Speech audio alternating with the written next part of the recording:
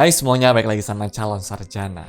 Januari 2022, Indonesia dihebohkan nih teman-teman sama salah satu nama yaitu Gozali Everyday. Dia ini adalah mahasiswa animasi dari Universitas Dianuswantoro yang ada di Semarang yang umurnya saat itu teman-teman menginjak 22 tahun. Nah, dia ini guys ngelakuin foto selfie setiap hari dari tahun 2017 sampai dengan tahun 2021.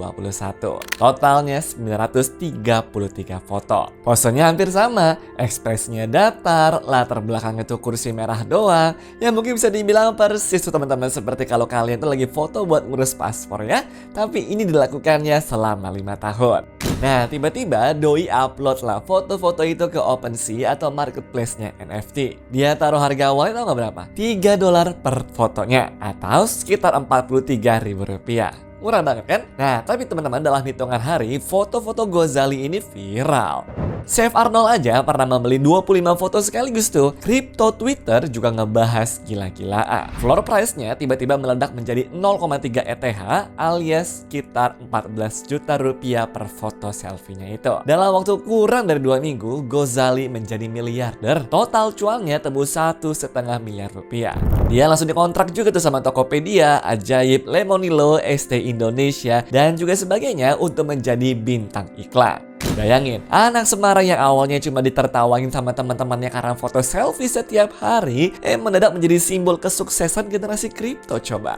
Tapi sekarang kita fast forward teman-teman ke tahun 2026 tuh. Coba deh kalian cek harga NFT Gozali Everyday di OpenSea ya. Foto yang dulunya tuh 14 juta rupiah itu tahu nggak berapa sekarang? Rp155.000 teman-teman.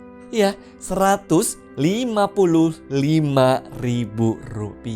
Turun lebih dari 99%. Pertanyaan terbesarnya deh, apa yang sebenarnya terjadi sama NFT sih? Kenapa hype yang dulu tuh nggak bawa orang biasa seperti Gozali menjadi miliarder, sekarang kok hilang ya dari muka bumi? Dan yang lebih pentingnya lagi nih guys, apakah ini bakal balik lagi atau memang sudah benar-benar mati tuh? Hai, gue Andre. Hari ini kita akan bedah sama-sama ya akan satu fenomena ekonomi paling absurd di era modern ini. Apa itu NFT sebenarnya? Pertama, kita harus paham dulu NFT itu apa ya. Karena 99% orang yang dulu beli pun nih, gue jamin nggak ngerti sih. NFT singkatannya adalah non-fungible token. Intinya, ini tuh adalah barang unik yang nggak bisa ditukar 1:1. Beda sama uang Rp100.000 tuh yang kalau ditukar nilainya tetap sama. NFT itu seperti rumah kalian yang nggak bakal bisa asal ditukar sama rumah tetangga. Nah, bagian tokennya juga cuma akte digital. Jadi, waktu kalian tuh membeli gambar monyet, teman-teman bukan beli gambarnya ya, tapi cuma beli sertifikatnya saja. Siapa aja tetap bebas tuh nge-screenshot gambar itu. Dan inilah ironi terbesarnya. Di saat gelombang NFT tahun 2021 sampai 2022 lalu, banyak kan yang pamer-pamer, terus orang lain pun juga jawabnya seperti ini. Kan gue bisa right click, save image, terus jadi punya gue deh. Dua-duanya sebenarnya benar ya teman-teman. Beli NFT itu tuh ibarat kita tuh membeli sertifikat Monas 100 juta rupiah. Semua orang tetap bisa main dan juga foto di sana. Tapi cuma kamu doang tuh yang pegang kertas sambil bilang, ini punya gue. Terus fungsinya buat apa coba? Spark yang bikin semua meleduk. Oke, tambahan informasinya, NFT itu sebenarnya sudah ada dari tahun 2014. Tapi nggak ada yang peduli sampai satu momen di Maret 2021 gara-gara seniman bernama Beeple yang berhasil menjual file JPG-nya seharga 69 juta US dollar tuh atau sekitar 1,1 triliun rupiah. Beritanya langsung meledak di mana-mana lah. Tiba-tiba dunia juga jadi ngeh tuh teman-teman. Wait. Gambar digital bisa dijual segitu mahal. Terus Covid terjadi kan? Nah, dua kombinasi antara orang nge-stuck di rumah seharian plus pemerintah Amerika juga bagi-bagi stimulus cek $1.200 per orangnya sama dengan judi spekulasi gila-gilaan dong.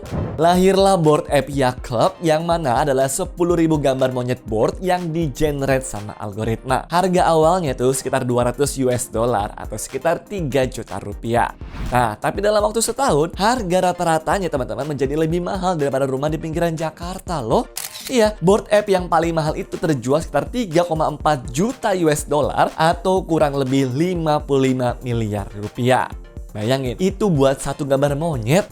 Justin Bieber aja pernah bayar 1,3 juta US dollar buat satu board app dan langsung jadiin itu sebagai foto profil Instagramnya. Paris Hilton dan juga Jimmy Fallon pun juga ngomongin board app mereka di Tonight Show tuh, seperti lagi ngomongin hobi baru ya. Snoop Dogg, Steve Curry, Eminem, Madonna, semuanya tuh pada punya deh pokoknya. Di Indonesia, demam ini pun juga meledak teman-teman via Gozali Everyday plus NBA Top Shot tuh. Dimana satu klip 5 detik LeBron James dunk saat itu terjual 208.000 US dollar alias 3,3 miliar rupiah. Ya, klip 5 detik doang teman-teman. Ada yang bayar 3,3 miliar coba buat 5 detik video yang bisa kita tonton juga secara gratis di YouTube. Tapi di balik kegilaan harga ini ada satu rahasia kotornya. Ternyata teman-teman, 60% transaksi di masa puncak NFT itu palsu dong. Dan kalau kalian tuh tahu cara main liciknya mereka nih, teman-teman bakal paham nih kenapa banyak banget influencer yang dulunya koar-koar soal NFT sekarang tiba-tiba diam 1000 bahasa tuh. Wash trading dan skandal selebriti. Trik licik mereka namanya adalah wash trading ya. Oke, jadi bayangin deh teman-teman tuh punya NFT seharga 100 US dollar. Nah, dari situ kalian bikinlah 5 wallet anonim teman-teman. Wallet pertama beli NFT kalian di harga 1000 dolar. Kemudian wallet kedua beli dari wallet pertama di harga 5.000 US dollar. Wallet ketiga beli di harga 20.000 US dollar. Begitu terus-terusan. Padahal semua wallet itu ya punya kalian sendiri. Nah, di chartnya NFT kita harganya naik dong dari 100 US dollar menjadi 20.000 US dollar. Investor naif yang ngeliat di OpenSea pun juga pada mikir, wah ini lagi hype banget nih. Dan ujung-ujungnya apa? Jadi beli di harga 25.000 US dollar teman-teman. Kalian pun cabut bawa cuan tuh. Itu adalah waste tradingnya namanya. Parahnya, studi tahun 2022 menemukan tuh kalau 60% transaksi NFT itu ternyata manipulasi seperti ini guys. Pasarnya bukan organik, itu ibaratnya macam kasino yang dimanipulasi ya. Tapi teman-teman, ada level skandal yang lebih parah, yaitu selebriti yang sengaja menjual NFT scam kepada fans mereka. Logan Paul tuh contohnya yang merilis CryptoZoo ya, dimana ini tuh adalah proyek game NFT yang katanya bakal jadi next gen play to earn tuh teman-teman. Dia promosi habis-habisan di podcastnya kepada 20 juta subscribernya. CryptoZoo is a blockchain project that I created about a year and a half ago. You buy these eggs on the blockchain and you can hatch them into what are called base animals. And then you can breed your base animals with each other to create fun looking viral hybrid offspring that have a rarity scale. If you hatch a rare animal and you breed it with another rare animal and it yields a rare hybrid animal, that animal then yields and collects a token the longer you hold it. Then when you release it into the wild, you accrue your yield. Fans sudah setor jutaan dolar, taunya gamenya tuh fiktif dan akhirnya dibongkar lah tuh sama YouTuber Covizilla. Lana Rhoades yang juga mana adalah mantan bintang film dewasa pun pernah merilis NFT Cryptosys ya. Dia janjin keuntungan 2 sampai dengan 5 kali lipat teman-teman. Tapi setelah ngumpulin 1,5 juta US dollar daripada fansnya, dia menghilang tuh dari Discord dan juga menghapus semua promo-promonya itu. Waktu dikritik, jawabannya malah seperti ini coba. Kalian ribut soal NFT padahal ada perang di Ukraina. Lah, Bu, kan si itu yang jualan ya. Agak kocak kan? Di Indonesia juga ada drama serupa kok guys. Ingat nggak sama token ASICS dari salah satu penyanyi top Indonesia tuh? Atau kalau nggak, ada banyak banget kan influencer Indonesia yang promosiin proyek kripto random, tapi waktu harganya hancur nih, mereka ngeles kalau pada nggak ngerti semua tuh, dan alibinya ini tuh cuma paid promote doang. Agak aneh kan? Ibaratnya begini deh. Lah terus itu para fans yang sudah miskin jadi gimana dong? Polanya sama banget teman-teman di seluruh dunia. Selebriti dibayar buat hype, lalu fansnya beli, harganya kemudian tuh di-pump artificial, lalu orang-orang dalam juga jualan semua, kemudian harganya ambruk dan fansnya tuh nyangkut alias rugi bandar guys. Crypto winter dan kehancuran. Masuk tahun 2022, pestanya resmi bubar. Ada 2 pemicu utama teman-teman. Yang pertama adalah Ethereum ya.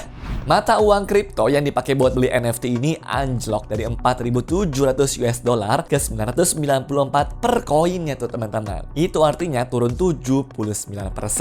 Makanya teman-teman, harga NFT ini walaupun harganya sama dalam ETH, value dolarnya tuh hilang setengah. kedua, yaitu adalah FTX, yang mana adalah bursa kripto terbesar kedua di dunia, kolaps di bulan November 2022. CEO-nya itu ditangkap dan juga ditahan karena nipu miliaran dolar. Dari sini kepercayaan kepada seluruh ekosistem kripto ya langsung remuk lah. Dampaknya juga brutal banget guys. OpenSea yang menjadi marketplace-nya NFT terbesar, nilainya itu drop 90%. Sampai-sampai ini harus PHK massal guys. Jack Dorsey yang mana adalah pendiri Twitter pernah menjual tweet pertamanya sebagai NFT tuh seharga 2,9 juta US dollar di tahun 2020. Tapi waktu pemiliknya coba jual lagi, tawaran tertingginya itu tahu nggak berapa? Cuma 6.800 US dollar teman-teman. Atau artinya turun 99,8% ya.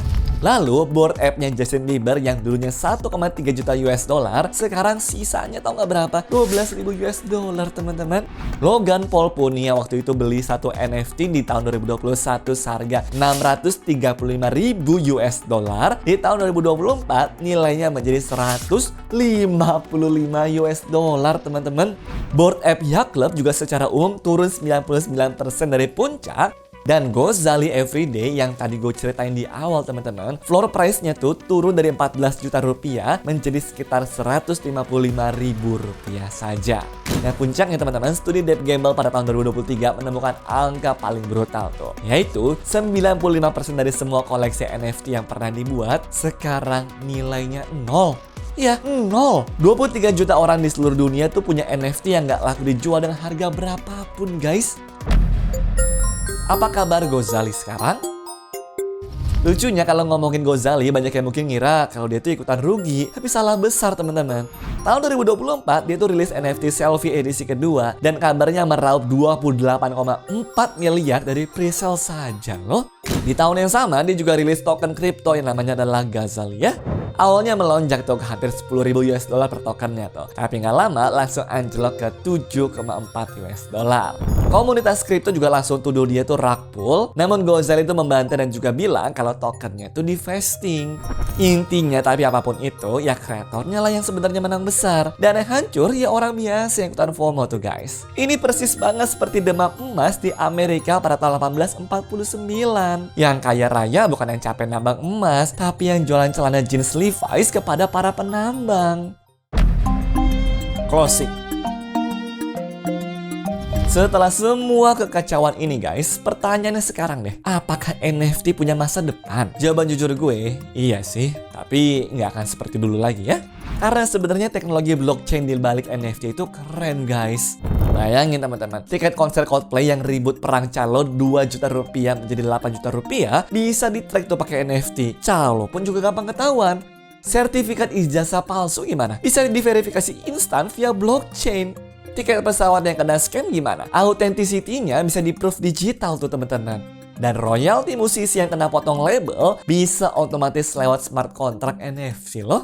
Ini use case beneran ya. Nah masalahnya guys, use case nyata ini memang gak seksi buat diviralkan dibandingkan sama beli gambar monyet 55 miliar rupiah.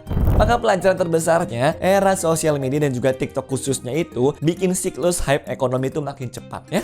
Bubble yang dulunya tuh butuh 10 tahun buat terbentuk dan juga meledak, sekarang cuma butuh 1 tahun saja.